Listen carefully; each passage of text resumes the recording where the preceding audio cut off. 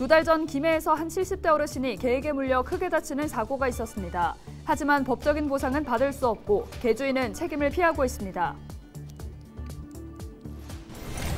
단독 보도입니다. 지난주 폭행당하고 있다는 신고 전화를 받은 경찰이 여자가 말을 안 들으면 때릴 수도 있다는 말을 해 논란이 일고 있습니다. 현직인 한정우 창녕군수가 국민의힘을 탈당해 무소속으로 재선 도전에 나섰습니다. 국민의힘 소속 단체장 가운데 탈당 후 무소속으로 출마하는 것은 처음입니다. 지역 유권자의 목소리를 듣고 후보들에게 전달하는 우리 동네 희망 공약. 이번 시간에는 남해안 대표 관광도시 통영 시민들의 목소리를 들어봤습니다.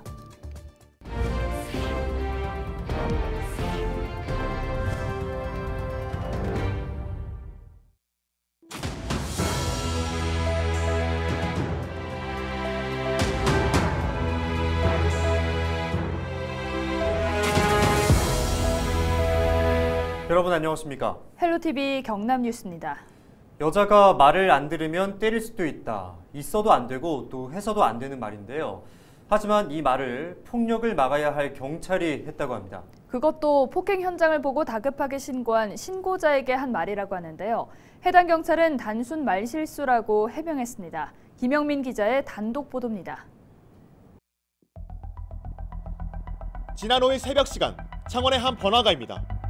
당시 이곳을 지나가던 A씨는 한 여성이 남성들에게 맞아 기절해 있는 모습을 목격했습니다. 뭐 하는 상황인데요 지금?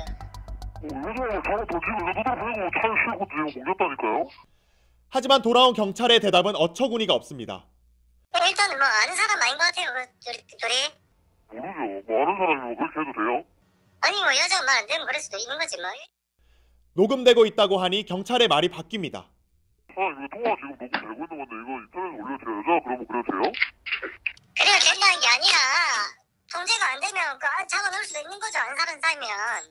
우리 가서 확인해 볼게요. 당시 출동한 경찰은 단순 말실수라고 해명했습니다.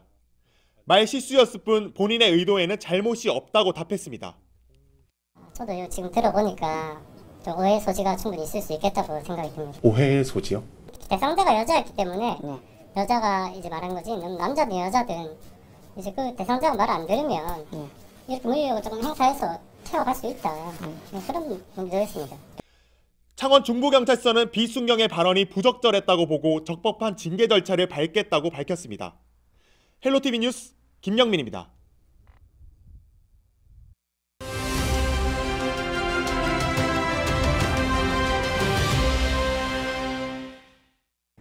두 달 전 김해에서 한 70대 어르신이 개에게 물려 크게 다쳤습니다. 아직도 병원 치료를 받고 있는데요. 올해부터 법이 강화됐다고는 하지만 보상받을 수도 없고 개주인도 책임을 피하고 있습니다. 민원25 김수정 기자의 보도입니다. 72살 박순자 어르신은 악몽 같았던 지난 3월을 지울 수가 없습니다. 집 앞 텃밭에 잠시 나왔다가 목줄 없이 갑자기 달려든 개에게 종아리를 물려버린 겁니다. 응급수술을 받고 한 달 가까이 병원 신세를 졌습니다. 아직도 후유증에 통원 치료 중입니다. 이래 밭으로 들어갔는데 사람을 보니까 진돗개는 사람 물어요.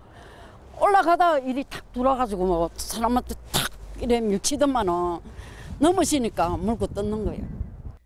피해자 가족들은 입마개는 고사하고 개 목줄이 허술했다고 주장합니다. 평소에도 마을을 헤집고 다녔다는 겁니다. 병원비만 해도 약 1,000만 원. 하지만 개 주인은 문자 메시지로 사과만 할 뿐 실질적인 보상은 없습니다. 눈에서 눈물이 핑 돌았어요. 저 혼자 울었어요. 그러니까 그 정도로 개가 되게 무서운 짐승이거든요. 사람들은 본인들은 모르시겠지만 키우는 사람들은 모르시겠지만 당한 사람들은 정말 개가 무서운 짐승이에요. 그러니까 좀 제대로 좀 관리를 좀 해줬으면. 지난해부터 맹견은 반드시 배상 책임보험에 가입하도록 법이 강화됐지만 이 개는 해당되지 않습니다. 법에서 규정하는 맹견이 아니기 때문에 처벌 또한 약합니다. 경남에서는 매년 약 150명이 개물림 사고 피해를 입고 있지만 큰 보상을 받기는 어렵습니다. 그 주변의 목격자들도 다 확보를 하셔야 되고요. 그리고 그 다친 부위 사진도 찍고 병원으로 바로 가셔서 진단서도 받아 놓으시고요. 그리고 그 견주하고 또 우리 점유하셨던 분들하고 계속 이제 합의를 시도하시면서 그 오갔던 대화에 대해서 기록도 하시고 녹음도 해놓으신다면 제일 좋으시겠죠. 피해자 가족들은 경찰에 개 주인을 고발하고 소송을 준비 중입니다. 취재진은 입장을 듣기 위해 개 주인에게 연락을 시도했지만 닿지 않았습니다. 헬로티비 뉴스 김수정입니다.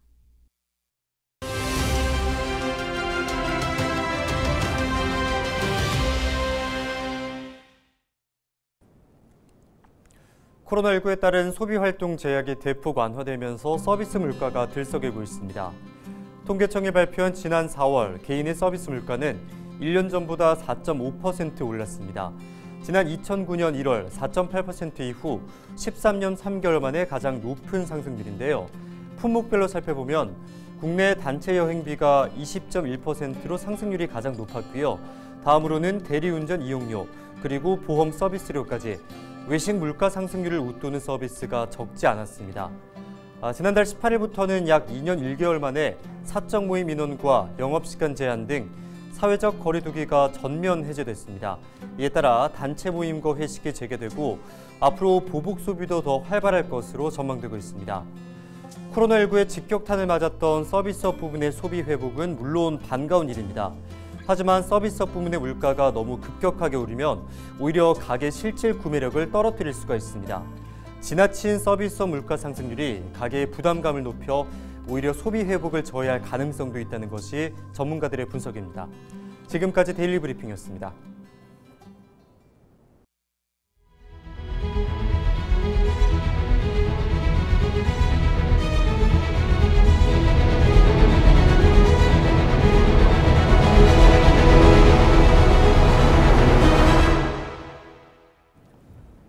저희 헬로티비 경남뉴스에서는 지역 유권자들의 목소리를 듣고 후보들에게 전달하는 시간 마련하고 있는데요. 남해안 대표 관광도시로 도약을 꿈꾸고 있는 통영 시민들이 바라는 공약을 들어봤습니다. 표영민 기자입니다.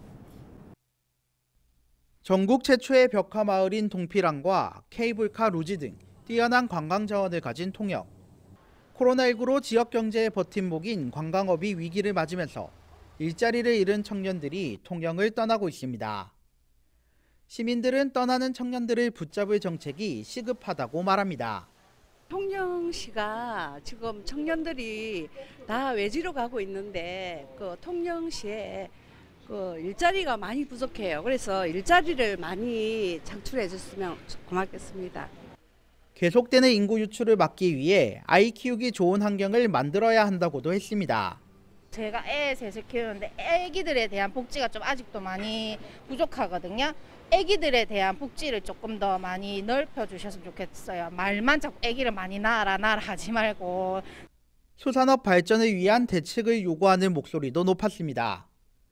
어민들의 생존권을 위협하는 해상풍력단지 백지화와 포괄적 점진적 환태평양 경제동반자 협정 CPTPP 반대 요구도 나왔습니다.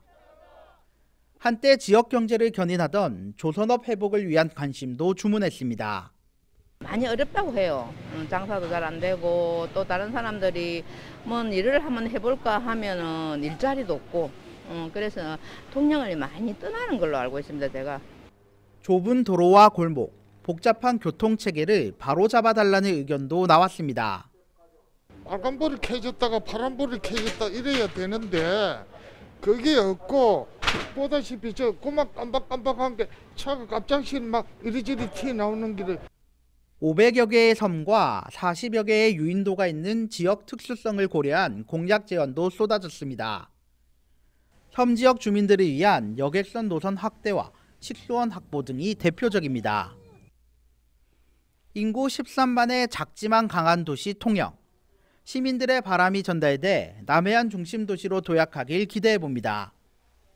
헬로티비 뉴스 표영민입니다. 한정우 창녕 군수가 국민의힘을 탈당해 무소속으로 재선 도전에 나섰습니다. 한 군수는 9일 기자회견을 열고 조혜진 국회의원의 자기사랑 공천 주기로 여론조사 1위인 현 군수로서 경선에 배제됐다며 불공정하고 정의롭지 못한 경선 결과를 되돌릴 수 없어 무소속 출마를 한다고 밝혔습니다. 국민의힘 소속 단체장 중 탈당 후 무소속으로 출마한 단체장은 한 군수가 처음으로 이번 주 후보로 등록해 본격적인 선거전에 나설 예정입니다. 그동안 한 군수는 경선 배제 사유 공개와 재심 청구, 공천을 규탄하는 단식을 벌였으나 받아들여지지 않았습니다. 전국 보건의료산업노동조합과 경남 지역 시민단체가 경남도지사 후보들에게 공공의료와 의료인력 확충을 공약으로 채택하라고 목소리를 높였습니다. 이들은 9일 오전 경남도청 앞에서 기자회견을 열고 경남도민의 건강과 의료 지표는 여전히 최하위라며 경남도지사가 해결해야 한다고 말했습니다. 이어서 서부경남 공공병원을 설립하고 경상남도 보건의료인력 지원 조례 제정, 의대 정원 확대 등을 제안했습니다. 또 앞으로 공공의료 확충을 경남 지역 최고 과제로 공론화하고 각 정당과 후보자에게 전달하는 활동을 펼쳐나갈 계획이라고 밝혔습니다. 경남 지역 청소년 단체가 오는 6월 1일 지방선거 후보자들에게 청소년 정책을 제안했습니다. 55개 청소년 시설과 기관 단체로 구성된 경상남도 청소년 정책연대는 9일 기자회견에서 청소년 수당 지급과 학교 밖 청소년 지원센터 기반 강화, 청소년 시설 종사자 처우 개선 등 12대 청소년 정책 과제를 발표했습니다. 이들은 경남도지사와 교육감, 시장 군수 후보에게 정책을 전달하고 다양한 캠페인을 펼쳐나갈 것이라고 밝혔습니다. LG엘로비전 경남가야방송은 더불어민주당 양문석, 정의당 여영국 경남도지사 후보에게 우리 동네 희망 공약을 각각 전달했습니다. 지난 6일 헬로티비 경남뉴스의 선거레이더에 참석한 정의당 여영국 후보는 희망 공약을 꼼꼼히 살펴보고 논의해보겠다고 전했습니다. 이어서 9일 양문석 후보도 지역민들이 만들어준 희망 공약을 적극적으로 반영해보겠다고 밝혔습니다. LG엘로비전은 6일 지방선거 자치단체장 후보들에게 지역민이 바라는 우리 동네 희망 공약을 전달하고 있습니다.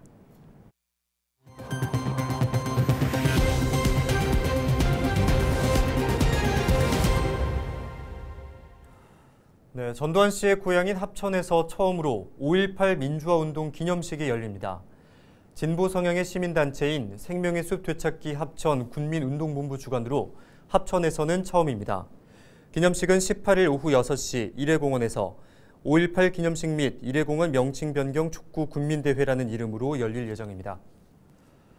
10일 문재인 대통령이 양산으로 귀향하는 가운데 사저가 있는 평산마을 주변 교통이 통제됩니다.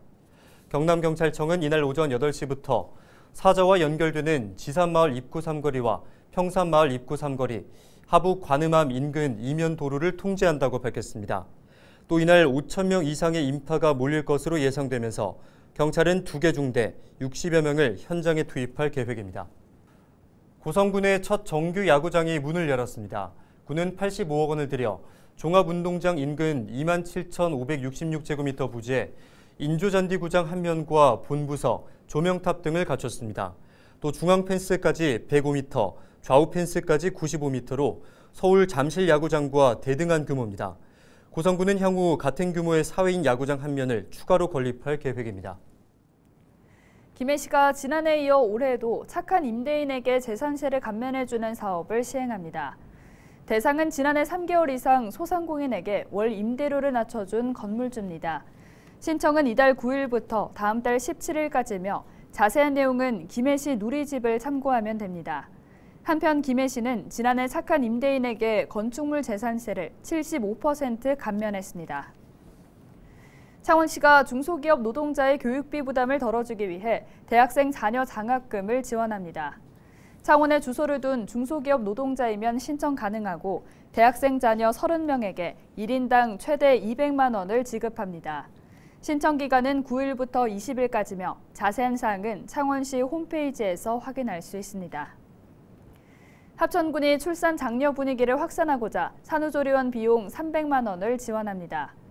이번 사업은 분만 취약 지역인 군 특성을 반영해 출산 가정의 경제적인 부담을 줄이기 위해 시작했으며 올해 지원 대상 인원 100명을 목표로 하고 있습니다. 대상은 올해 5월 출생아로 출생 신고인 기준 1년 전부터 부모와 기존 자녀 모두 합천군에 주민등록을 둔 가정입니다.